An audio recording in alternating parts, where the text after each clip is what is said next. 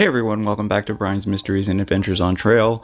Wishing everybody a happy Labor Day weekend, or whenever you happen to watch this. I hope everyone's doing well. Many of you have often asked if this disappearance of hikers happens everywhere, and unfortunately it does happen all over the world. Today in particular, we're going to be talking about a missing hiker named Ning Kwok-leung. Sorry if I mispronounced that. This happened in China roughly a week and a half ago. This case takes us all the way out to an area right outside of the city of Hong Kong. Ning was last thought to be seen on August 23rd. He had left his apartment, which is on the King Street in Wong Chuk Shan. Wednesday morning, he told his family that he was going for a solo hike on West Buffalo Hill, which is located between Sha Tin and Se Kung. I'm going to have a picture of Ning right here. He's roughly 5 foot 4 inches tall, or 1.65 meters.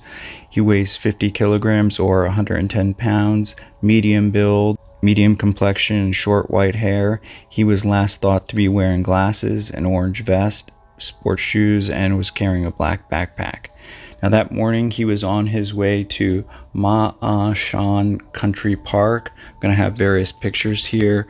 The park is located in the central neck of the Saigon Peninsula in the eastern New Territories of Hong Kong. The park covers an area of 28.8 square kilometers or 11.1 square miles. It links Saigon Country Park and Lion Rock Country Park to form this huge Ma Shan Country Park. Most of the park is inland, but lots of tourists and people go there because there are just absolutely magnificent views and various sightseeing opportunities. Ning is a 57-year-old man. He is fairly experienced with hiking. He had told his family he was going on a solo hike in the Ma Shan Country Park. However, when he did not return that same day, they immediately called the fire services department, and they deployed almost 150 personnel to join in this massive search for Ning. I'm just going to have some other pictures of the park and the area to give you an idea of what it looks like, what kind of terrain it is. Search by the Civil Aid Service, fire services, and police was started around the West Buffalo Hill in the Ma Shan Country Park around Thursday morning. Members of the Countryside Volunteer Team, known as the CVST, and the Hong Kong Guardians, another voluntary group, also took part in this search. We do know that that morning he did call his family, but he did report that his phone battery was running very low, so he could not relay his exact location. This is a map of the whole park. This news hit the Hong Kong area very quickly, and many people offered to come out and help with the search. The CVST team reported that Ning had taken a selfie at the top of West Buffalo Hill at roughly 4:26 p.m. on that Wednesday. They think that that was the last reported sighting. These are actual pictures of the searchers out looking for Ning. Here are some more search pictures that were taken by various people on the actual search, and I have to say they just are doing an amazing job. They're out there day and night searching through a lot of this high brush. Now you'd think that it's because it's so close to a city, it would be easy to find your way out, but that can actually be detrimental because you follow the lights of something and it can get you into an area where you can't get out of, like a ravine or a valley. So that's never a good idea. Now here are some more pictures of a map, and I want to show you this map because around 3:30 on Monday, the searchers found a glove in the deep bush area of the Wong Chuk Shan area of the country park, which is northeast of the main hill. The family does believe that the glove most likely was Ning's. They believe they recognized it, however they could not be certain. Unfortunately, in this case, not only were they dealing with the regular terrain, but a major typhoon, which is, for people that don't know, it's the same thing as a hurricane or cyclone. They're just different names for the same type of storm, just named for wherever the location is. Like here in North America, we call them hurricanes. Over in Asia, they call them typhoons. And apparently this was a major storm that was heading right for that area. Of course, there's always time pressure when there's a search and rescue going on, but when there's a storm like that heading towards you, it makes it even worse. I believe this is the selfie that they believe was the last picture taken of him when he was at the top of the West Buffalo Hill. They found the glove on the 6th day of the search. So at that point, they were still fairly confident. They believed that he did have certain supplies in his backpack.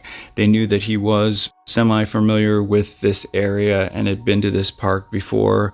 The weather at this time was still fairly decent, fairly warm. The typhoon wasn't there yet. At the height of the search, they had almost 200 people out looking for Ning. This was a very impressive search and rescue operation. Unfortunately, I wasn't able to find information past the 10-day mark on the search. It's possible that the typhoon moved into the area and they had to obviously probably break off the search at that point. I know at this time there still was no other evidence found aside that one glove. What makes this similar to many cases that we cover here in the United States or other places is this is a very well-traveled park. There's many people there all the time. It was daylight hours when he was there. We know that he took that selfie during the afternoon hours, and the family contacted the search and rescue teams that very same day, so the search got started right away, which is always very helpful in these cases. The government is looking for help from any of the public that was there or have any information about Ning's whereabouts to contact the Kowloon East Regional Missing Persons Unit. I'll have that information in the description. Aside the glove, the only other clue that we have is that during the phone call that he spoke with his family, he said that he was in poor physical condition, unable to stand, and suffering from dehydration. I couldn't find any information whether or not they tried to ping his cell phone, or if they did, possibly it was not possible due to it being powered down or powered off. Unfortunately, we do know the battery was low, so he wasn't able to make any further phone calls. That's all of the information I really have on this case. I want to dedicate this video, of course, to Ning, his family, all the amazing search and rescue people that have been out there looking for him day and night. Sadly, at this point, I believe it's probably most likely going to be a recovery mission. However, I hope and pray that one way or another he is brought home to his family. I want to thank you all for watching. As always, I appreciate all your support, your feedback, your comments. Special thank you to co.ag for providing the background music. Hopefully, I'll see you all in the next one. Take care. Hey everyone, thanks for sticking with me to the end. I wanted to cover this case for the obvious, to give Ning's case more coverage, and also a lot of you had asked me to cover cases that happened in other places in the world, asked me if this was just a phenomenon to the United States and Canada. It isn't. There's these types of cases that happen basically everywhere, and it's possible that it could have been dehydration that then led to some sort of an accident or a fall. We know from the phone call that he made to his family that he wasn't doing well.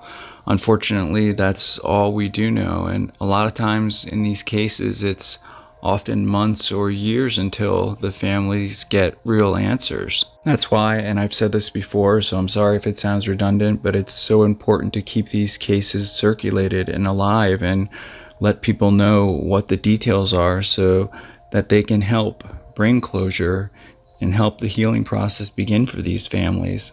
I want to say thank you to all my subscribers, all my followers, everybody that's been with me for such a long time. To all my new subscribers, welcome and thank you for subscribing. If you haven't subscribed, please consider subscribing. If you're interested in the coin giveaway, all you need to do is leave a comment saying that you want to be entered into the coin giveaway. Maybe leave a case suggestion, feedback on the video, feedback on any other video. Any type of comment you want, just make sure you say that you want to be entered into this coin giveaway. It's a beautiful 1-ounce coin direct from the US Mint. I'll be doing that drawing probably sometime at the end of next week. If any of you are interested in donating to the channel in any way, $1, $2, $5, anything helps. I'll have all that information in the description with my email, as well as if you'd like to make a calendar submission for next year's calendar, merch calendar, please just send me an email. I'll have that all in the description as always, and see you next time.